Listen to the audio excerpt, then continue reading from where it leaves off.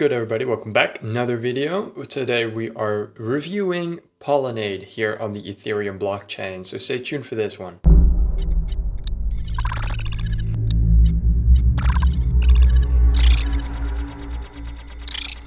Okay, so Polinate, you guys probably have never heard of it. It is a pretty obscure launchpad that does IGOs, so initial gaming offerings. So if you are into that, this might be interesting to look at to find out if this is a launchpad fit for you, and if not, why not, so that you can keep it into consideration next time when you're looking for a launchpad that is a great fit for you.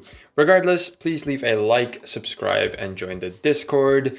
Making these videos takes a lot of time and dedication, so the Digits Club obviously really appreciates you guys' support. And with that out of the way, none of this is financial advice. Let's get going. Welcome to the Social Hive Club. So this is Polinate. It is all pretty straightforward, right? It is a Ethereum-based blockchain launchpad that does IGOs. As their benefits, they put become part of the Polinate DAO, get voting rights and benefits, gain access to exclusive races, get multipliers on fixed races, and get discounts on Dutch auctions. Those are the benefits that they put for themselves. And here they have a quick how does it work, right? Because that's always a bit different for every launchpad and for every blockchain.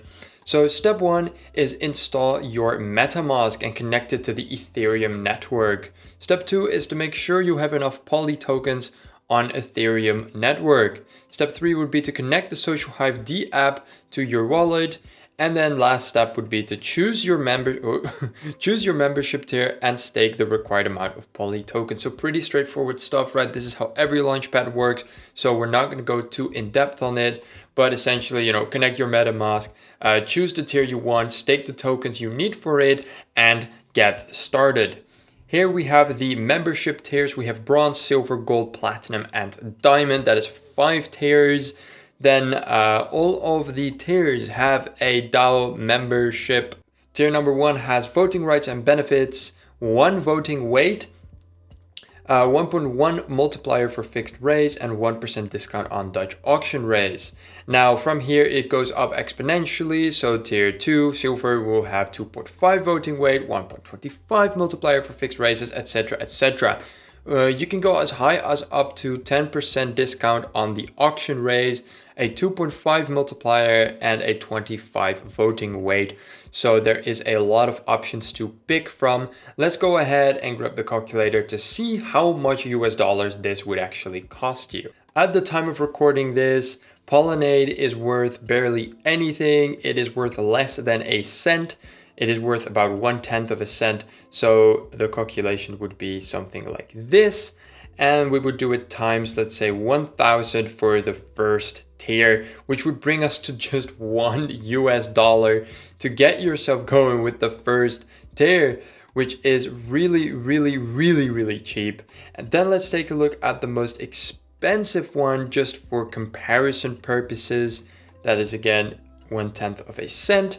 And that means that the most expensive tier is only $25. So anywhere between $1 to $25 and everything in between is what you are gonna be needing to get any of the tiers. That is ridiculously cheap, but it has never really been expensive for this launchpad because the price never really went above 4 cents.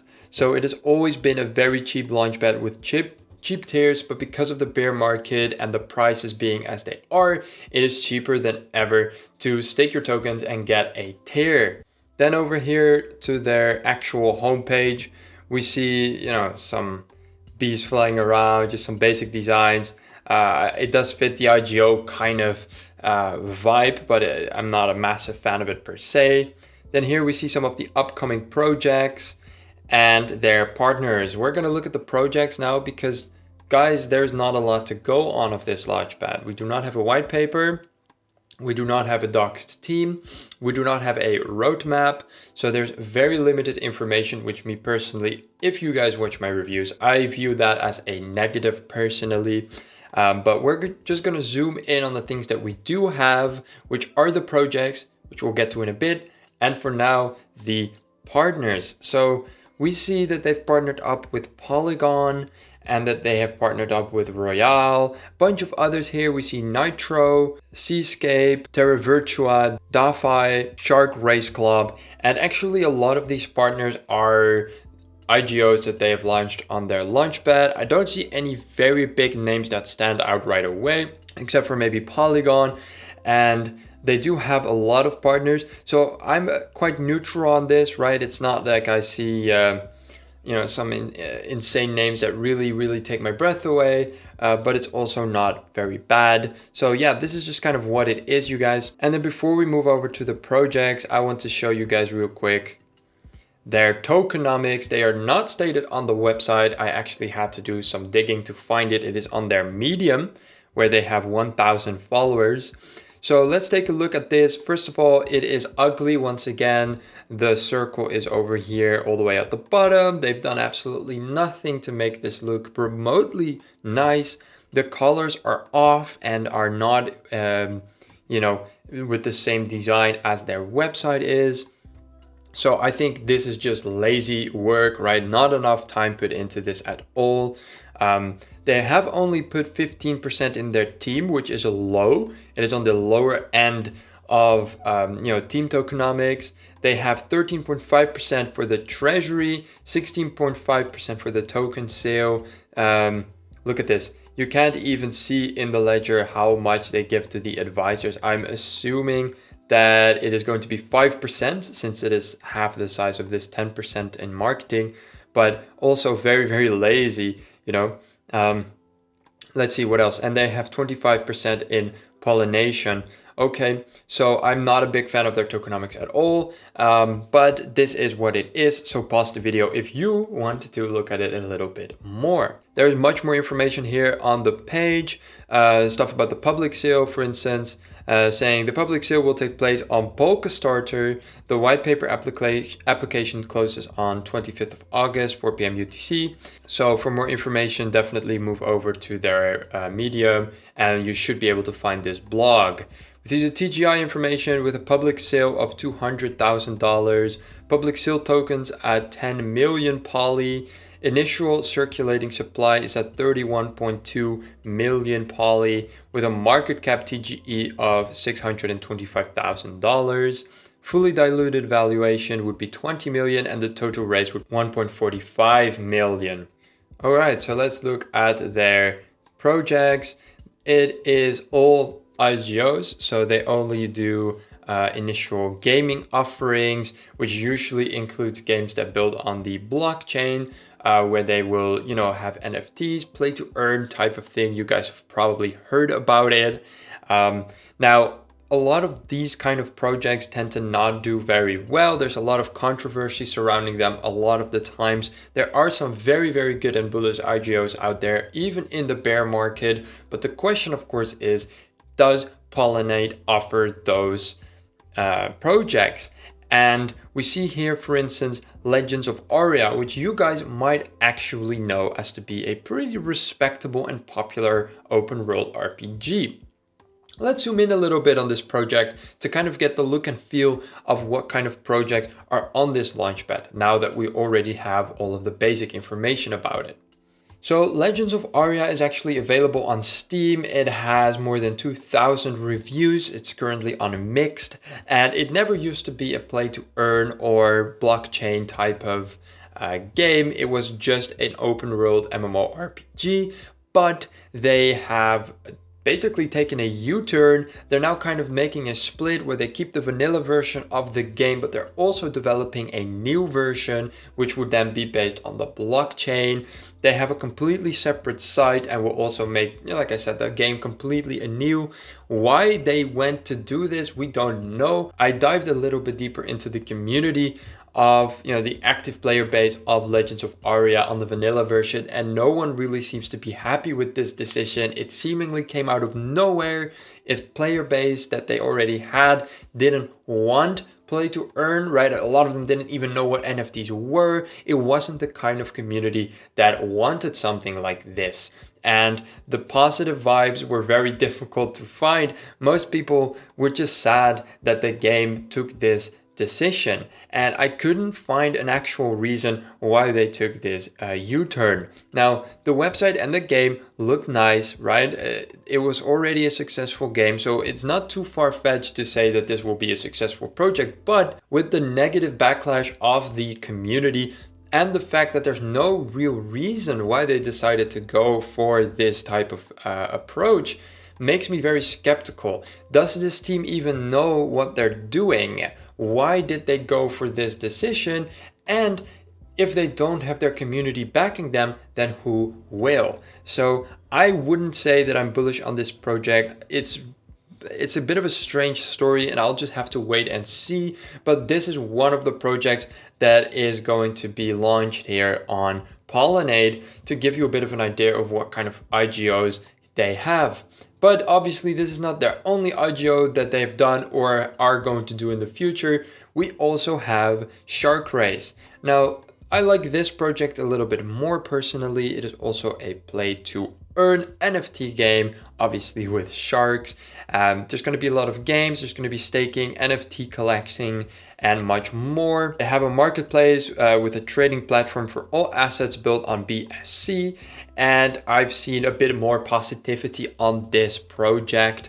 And the NFTs also do look kind of nice. Not the best NFTs I've ever seen, but definitely not bad. And there is a hell of a lot of NFT customization. But without going too much into detail here, that is one of their completed projects. So they've already done this. Let's try and find some results on this. Their target raise was 30,000 USDC and the price per token was $270 with a pool size of over $300,000. At the end of the day, they've only managed to raise 12.5% of what they wanted. So I feel like saying that it's completed is a bit of an overstatement. It's not really that completed at the end of the day.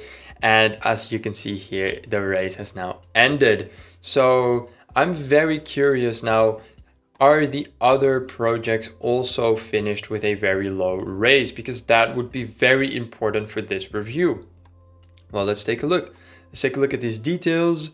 And over here we can see this project has raised its full 100%, quite a bit actually. So it is not something necessarily to do with Polinate. It was just that particular project didn't do very, very well. So it is good to see that they've had some projects that did very good and that they've raised a lot of money. And I don't have any extra information on this project in particular, but it seemed to have gone pretty decently. So it's not all bad over there at their projects. And then to give you guys a complete picture, I have one more past project that we're going to be looking at today. And this is remnant.gg. So first of all, .gg, not a big fan, just do .com or .io, please. Also, this is a play to earn fantasy kind of game, and I am not a very big fan. It looks a bit anime-ish. That is not really my style. The site is a bit laggy. All of these things feel kind of cheap, like these animations. They make the site laggy, makes it look like you're a mobile game. Just putting this in here is just not really nice. They say here the ecosystem will be based on shards, in-game currency earned by staking REM and playing, used to buy characters and items. This will give you, for instance, NFTs. Character NFTs are used in-game, and they can actually earn you remnant, and the ecosystem utility token earned from staking, idle commissions, and games, and then it starts again. Yeah, not the strangest system I've ever seen. Of course, it's pretty straightforward, but everything around it just, I don't like it so much. I'm not going to play the sound because of copyright issues, but you guys just have to look at the trailer real quick. This is the game in question. It looks, again, like it is made for a mobile device with very cheap edits, and I can barely see the gameplay because of all of the floating characters and free-to-play text in the screen and the watermarks everywhere. The gameplay that I do see is very low quality, and the gameplay seems to almost be on loop. The logo is quite basic, so I'm butchering this project, you guys. I know, maybe you guys have a different opinion, but this is already 2 projects that I have a raised eyebrow for with this Launchpad, and another project that didn't come even close to raising enough money, plus the fact that the token only has some 1900 holders and is placed all the way up 1845 on CoinMarketCap, makes me feel like there is at least some things not really going the way it was planned for this Launchpad. They also do have some positive things, of course, such as their tiers being incredibly cheap, making it very nice and easy for early and smaller investors to actually get into this. Obviously, they also fully focus on IGOs, which is very nice for the people that are interested in that type of stuff. And yeah, so there's negatives, there's positives, as you always have with every Launchpad. But there's one thing that we didn't check on yet, and that is their social media. A very important part for any Launchpad. What we're seeing is that they have 56,000 followers, which is much more than I expected, a very respectable amount. They actually have some decent design over here, which is nice. Over here we have their pinned comment from the 20th of April. We're seeing some decent interaction, 72 likes, 60 retweets, and 22 comments. On their most normal post, day-to-day post, they have less interaction, but they still seem to be getting at least some traction. More importantly though, they seem to be posting regularly, which is important. I don't really like the way they talk, however. Each island comes with a bunch of swag.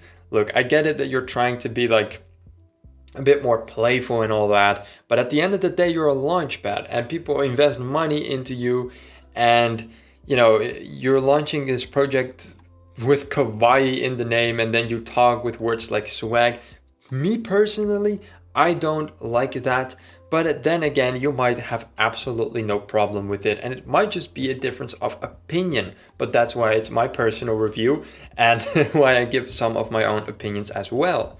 For the rest, we see a lot of retweets, and their actual last post, apart from their recent ones, have been since May. So they're active, but they're not super active. They have interaction, but not an insane amount of interaction.